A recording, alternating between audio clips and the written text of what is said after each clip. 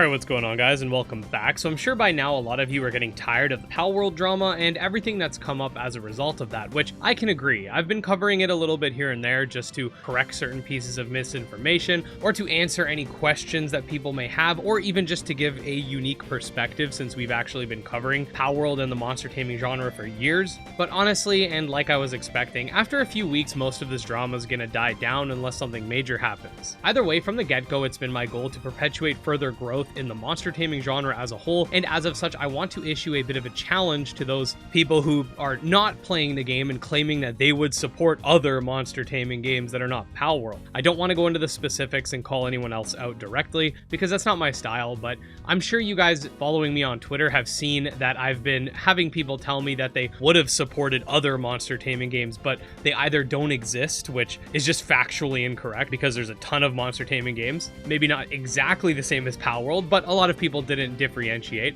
or I'll oftentimes see that nobody was covering these games, which I guess means that I'm a nobody and all of you guys watching are nobodies too. I gotta say, I've come to accept that fact a little bit, and ever since palworld blew up, it definitely humbled me quite a bit. The amount of people talking about monster taming games that have never heard of my channel honestly surprised me, and while a little bit disappointing at first, because I really thought my reach was bigger than that, it also has invigorated me because it means that there are so many more people that we can pull into our community and help grow the genre even more. The monster taming genre has been growing significantly since around 2020, and I think that now that palworld has absolutely taken the internet by storm, we could see even more growth for monster taming games, and this video is a direct call to action for those content creators to put their money where their mouths are. If you guys are so insistent on saying that you would have covered all of these games, why don't you check out Coromon? It's a Pokemon-like turn-based RPG, got that sort of Gen 5 style, and it's a lot of fun. How about Cassette Beast? It's another pixel art game that, while having turn-based combat, takes the genre in a completely unique and new direction with thousands of fusion combinations. Not really into pixel art? Well, Monster Hunter Stories 2 is a 3D semi-open world turn-based game, which bears some similarities to games like Legend Arceus. We also got games like Shin Megami Tensei 5 that are more adult-oriented and really looks nice, and also has more complex mechanics. We got games like Digimon Survive, which is a visual novel, grid-based hybrid game, Digimon World Next Order, which does have some real-time combat aspects as well, and there are so many more. Not to mention the fact that we have a ton of upcoming games that also fit into the monster taming genre and blend elements with others as well. Look at Sky Climbers, which is going to be a city building, crafting, survival, and real-time combat game, much like palworld. You have Kindred Fates, which is an open-world action RPG, which will let you control your monsters directly. Lumentail, which is a turn-based RPG being developed by the same folks that brought us Pokemon Xenoverse. Ova Magica, which combines elements from games like Stardew Valley and Pokemon, and just so much more. If your argument is that specifically you would have only supported a monster taming game that had guns and survival elements, my question is, why weren't you covering Ark then? I don't cover Ark much just because my computer doesn't really run it, and honestly probably can't run the new one, but a lot of these are full-time YouTubers with over 1 million subscribers who have some pretty crazy rigs. I think in all actuality, they're just saying that they would have supported other monster taming games just to virtue signal a little bit, saying that they support monster taming games as long as they're more creative, when in all actuality, all a lot of these people did when we were out here fighting the good fight, trying to grow the genre together, was scoff at them and call them Pokemon clones or ripoffs or knockoffs, or some would try to perpetuate them against Pokemon, calling them Pokemon killers.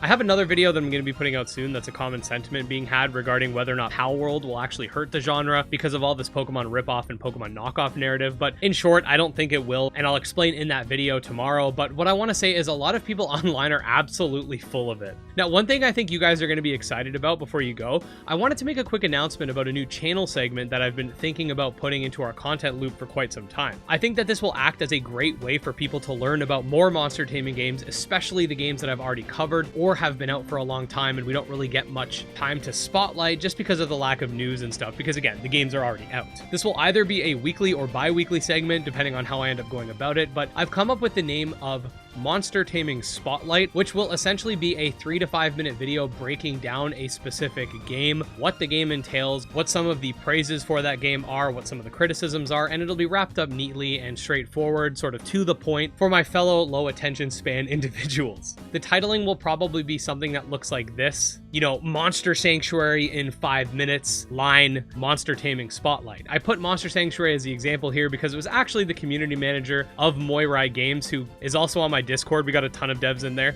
that came up with the idea of insert game here in X minutes. And I came up with the idea of Monster Taming Spotlight because I think it will get the point across of what these types of videos are. I know the channel has been very palworld heavy, and I usually wouldn't even bring this up since I do the exact same thing with a lot of games at release, but I do understand that a lot of people are feeling overstimulated by all of the palworld discussion, because unlike with titles such as Dragon Quest Monsters or Coromon or Nexomon, which we've literally spammed videos out for in the past, it's not just a small select handful of people talking about this game. My boy Mudahar and friggin' Moist Critical are up here making videos about it, so I can definitely understand why a lot of people are feeling like palworld is everywhere. But yeah, that being said, look forward to the new segment, which will start next week, and please guys, keep supporting monster taming games. I'm looking to see if we can get Steam to change the awfully unmarketable creature collector tag to actually say monster taming, because other than on Steam itself, everyone else who's been a part of the community for years uses the proper terminology. But with the recent uptick of palworld's popularity, it's caused a bunch of people to use the less accurate term that we've not been using this whole time. But yeah, make sure you subscribe to the channel so you get